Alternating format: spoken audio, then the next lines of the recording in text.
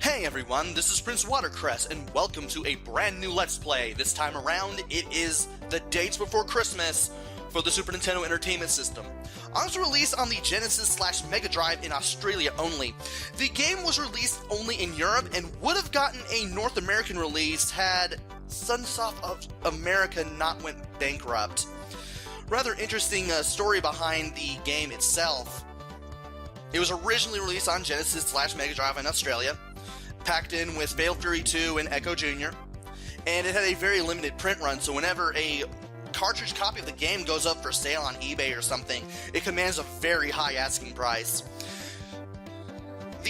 It was actually one of the first games developed by Funcom, a developer from Norway, and it was one of the last games published by Sunsoft of America before that division of Sunsoft went out of business and Sunsoft basically became a Japanese-only developer.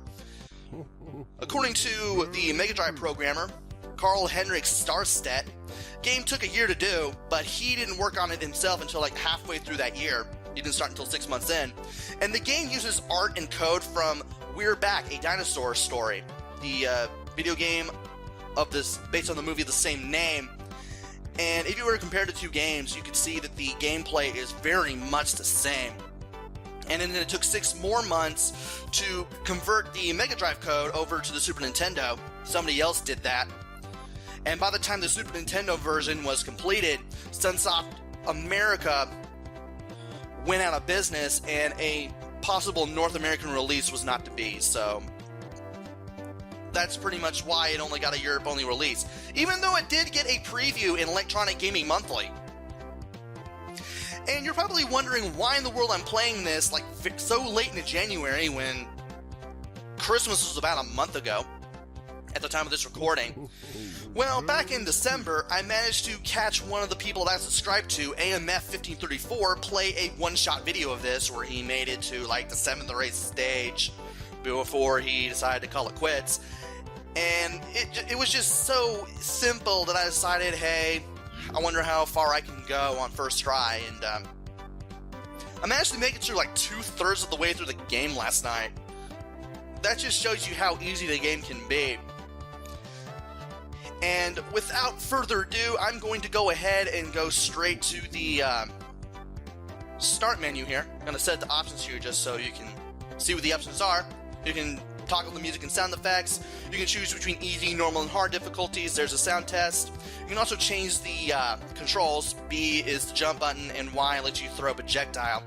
And you can also change the amount of time that the invincibility feature works, the anti-time. That is anti-claws.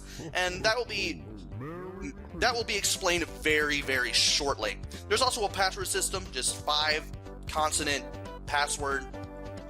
You get these after every 6 levels, and you can use those to save your progress every 6th level and start where you left off. I'm just going to keep everything the way it is. And there's a 1-player mode and a 2-player mode in case you want to play with a friend. I'm just going to stick to 1 player. And here we go, on with the story. Only days before Christmas, Santa slipped in his house. An evil plot was brewing, cooked up by awful louse. The cold and evil snowman scared all the elves away. Timekeeper stole plans from Santa's house that day. Before the vicious louse, this wasn't bad enough.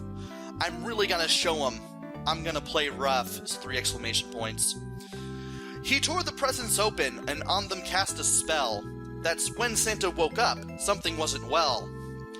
All his elves had vanished, his presents also gone. And threats were awaiting, surely more than one. Beware the magic potion, calling Santa's evil twin. The angry Anti-Claus, his fiend from within. That's the invincibility I was talking about. So Anti must be Santa. Pick presents all the way. To face the foe so bravely and make it through the day. Go beat the evil bosses who's lurking in the dark. Find his sleigh and reindeer set out to make his mark. Find every stolen present that was unjustly craved. For every kid on the earth, Christmas must be saved. And that's basically the whole story in a nutshell right there. And here is the stage screen. It's kind of like one of those things where it has like 24 doors, and for each day of the month before Christmas. Like, you open the little door for the corresponding day and there's chocolate inside. And, well, we just opened up door number 1 and we got a little heart inside. That means we just opened up the stage. Stage 1, Santa's Hallway. This is going to be very, very easy. Matter of fact, the game doesn't really get that much difficult after beginning. To open presents, you just gotta press Y to throw your projectile. Inside that red one's an elf, but you may find traps in there as well, such as bombs and enemies and whatnot. Sometimes the gold ones will have power-ups like this Santa hat. You can have up to 6 hits. The first 5 are the hats themselves. And if you don't have any hits and any hats when you get hit, you lose a life. And you want to stay away from bombs. And sometimes the red and gold presents will contain elves. Sometimes they'll contain enemies. If you see enemies, just throw the projectiles at them with the Y button. Pretty simple. The bell acts as a continue point. Just run into it to ring it, and there you go. Not a lot to this. And we also have couches. Just stand on them when they pucker up in and out like that. They'll send you flying, and you could use it to go over here and grab this extra life.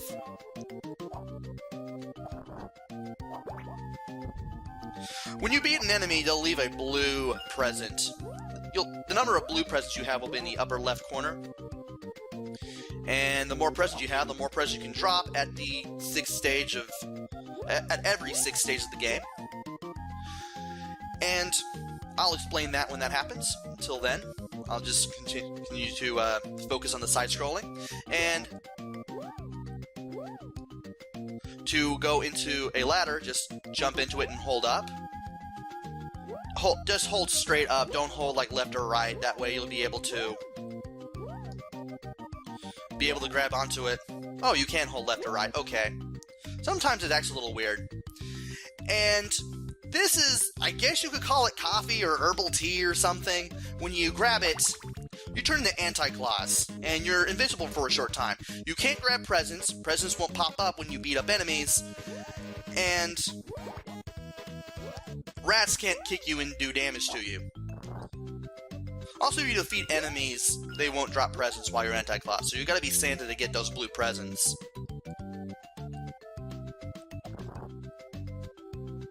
Enemies in this game are really simple. You got these rats which will kick you if you get too close to them. Those are the only ones that I've seen so far, but there will be others. And when you touch that star, you will finish the level. I'm not going to find every present in every stage. I'll just try to find whatever I can. So, again, I'm not going to find everything. I know I'm probably going to tick off a few people who have played this game, who will probably be like, oh, you didn't go in this direction. Sorry, guys. But anyway, we are now on the 2nd stage, which is a snowflake. And 2nd stage, Let It Snow.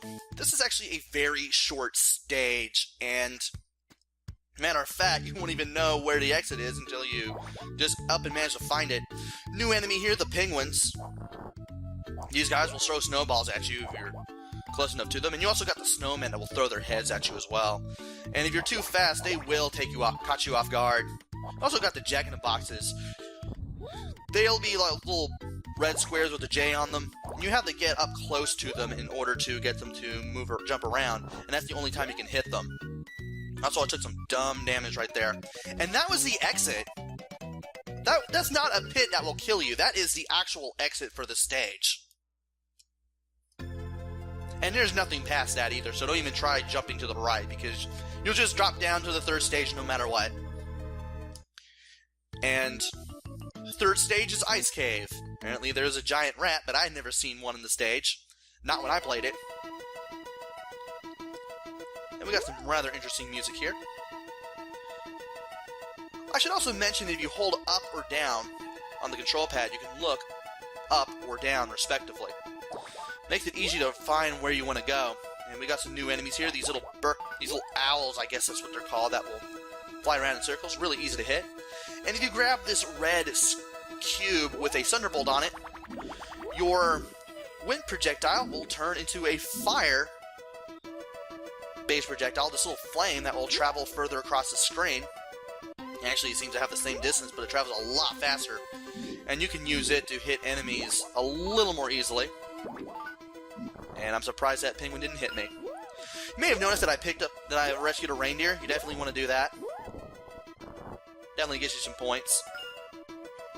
There's another reindeer.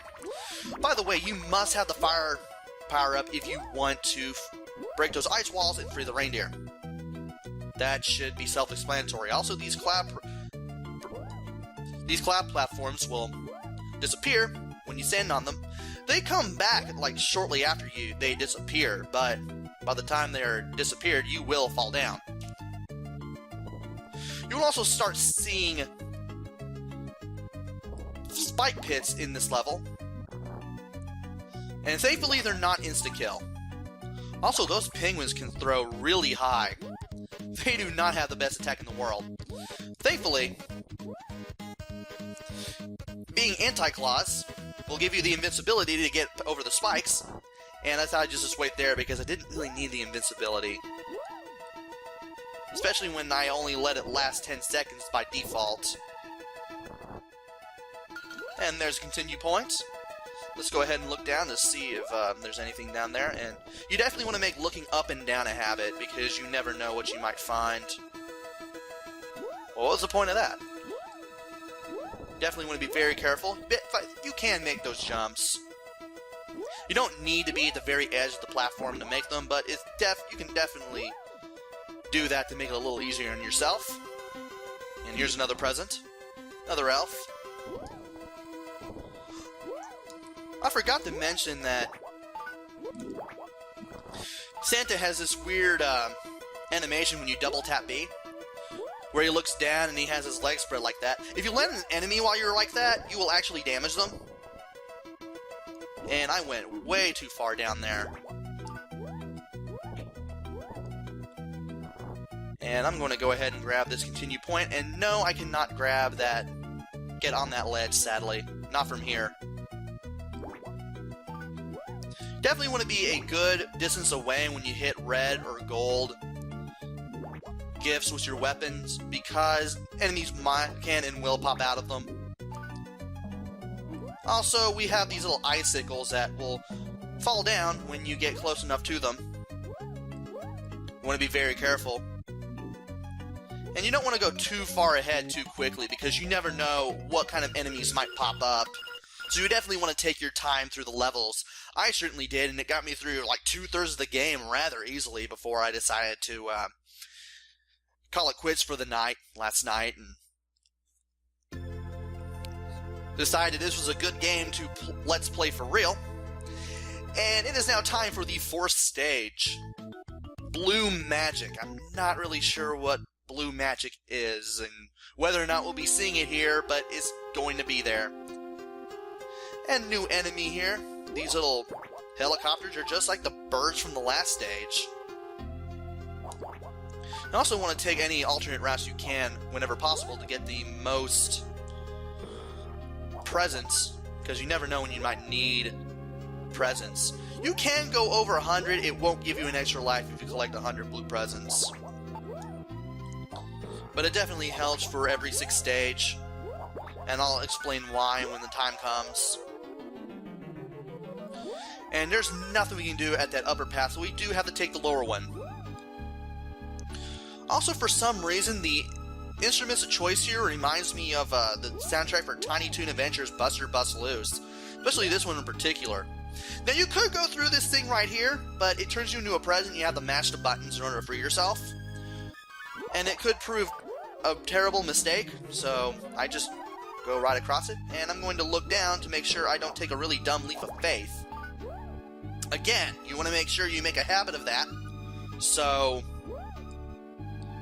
you don't give yourself any dumb deaths while playing through this game. Certainly helped me out a lot. Also, we no longer have the fire power up because it only lasts for the entire stage, sadly. So once we left the ice cave and ended up here, we are back to our original projectile. It's over there. Oh, good, a continue point. About to say, I'm not following my own advice. Also, new gameplay mechanic, these little flying carpets.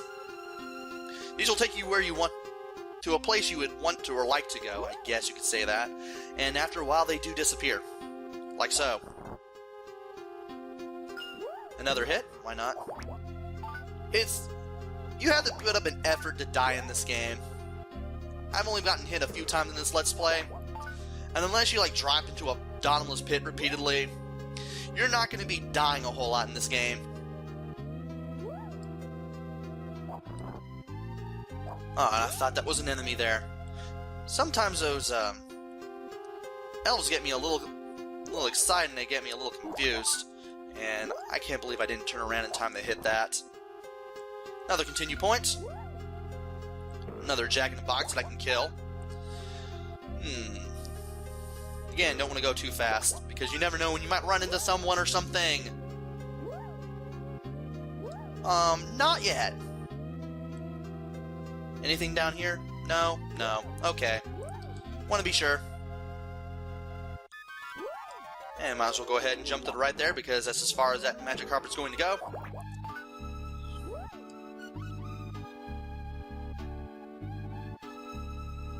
Yeah, I'm pretty sure there's nothing down or to the right unless we take that carpet, which would be a very good idea. And you don't need to take that carpet all the way to the right. You can just walk through the goal if you need to. Especially if you need 2 more blue presents. And we are now done with Stage 4. Blue Magic. And now it is time for the 5th stage. The Evil Snowman. Every 5th stage will give you a boss.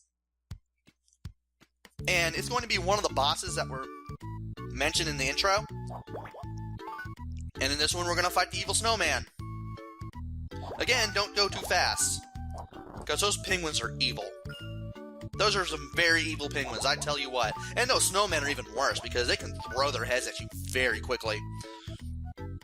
And we're going to have to wait for an iceberg to come our way, so I can die for no reason whatsoever. And I have to see that screen again, and I'm going to have to do this whole part of the stage again, because I never hit a continue point. It's all good, though.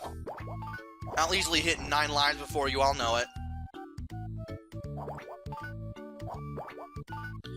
And hopefully I don't screw it up this time. Oh, good, I get to wait a little longer, so that basically just...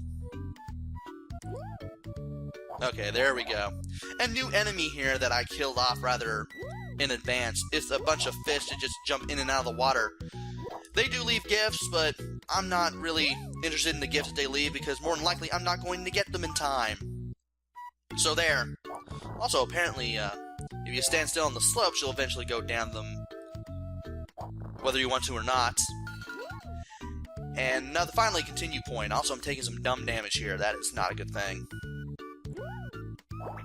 And there's the fish. You probably got a better chance of seeing it there. Nevertheless, I killed it all the same. And there's a fire power-up. We're going to need it for this boss, the Evil Snowman. You want to avoid the snowballs that he throws at you, and you want to hit him in the face with your fireball, or flame attack, whatever it is you want to call it. I think 5 or 6 times? Oh, it's more than that. And I love the sounds that these bosses make when you hit them. All those ugh noises and oh no! It's really hilarious. You could tell that Funcom actually gave an effort on this game, and it really shows. I mean, it's not like it's groundbreaking as Super Mario Brothers or anything. It's not a very innovative game, but what it does decently. And we just defeated the Evil Snowman. And for the 6th stage, which I've been teasing the whole time, we are going over England. Little interesting deviation from the side-scrolling stages you're about to see. We're flying around in the sleigh as Santa. You have to avoid enemies and press the B button to throw gifts into chimneys with smoke coming out of them. How the gifts end up not being burnt is beyond me. As long as the gift that you toss down touches the smoke, which is the hitbox for where you want to throw them, you're alright. Also, you want to avoid the helicopters here as well. Don't know if the balloons harm you, but I don't want to risk it. Okay, they don't. They don't. Okay. Just wanted to be absolutely sure. You don't get a bonus for hitting every chimney. And also, this is what you want to collect as many blue presents as you can for. Otherwise, because every time you drop a present, you actually use one blue present. And the more blue presents you have, the more chances you have at throwing presents down in the chimneys. And I managed to hit all the chimneys. That is awesome. And you don't really get a bonus for it after all. I know I missed one in the practice run, but every 6th stage you get a password. That was the little password thing in the option screen that I mentioned. And TNFRN for those of you who want to play along on console, I guess. Or without save states or what have you. And stage 7, which is apparently a picture of a rat with sunglasses and a snorkel, supposedly underwater. Flooded basement, that is the 7th stage, and I'll start the stage in the next video. So join me then where I take on stages 7, 8, 9, 10, 11, 7 through 12. Making sure I got the numbers right on that. So until then, this is PrinceWatercress. Take care, stay safe, and thanks for watching!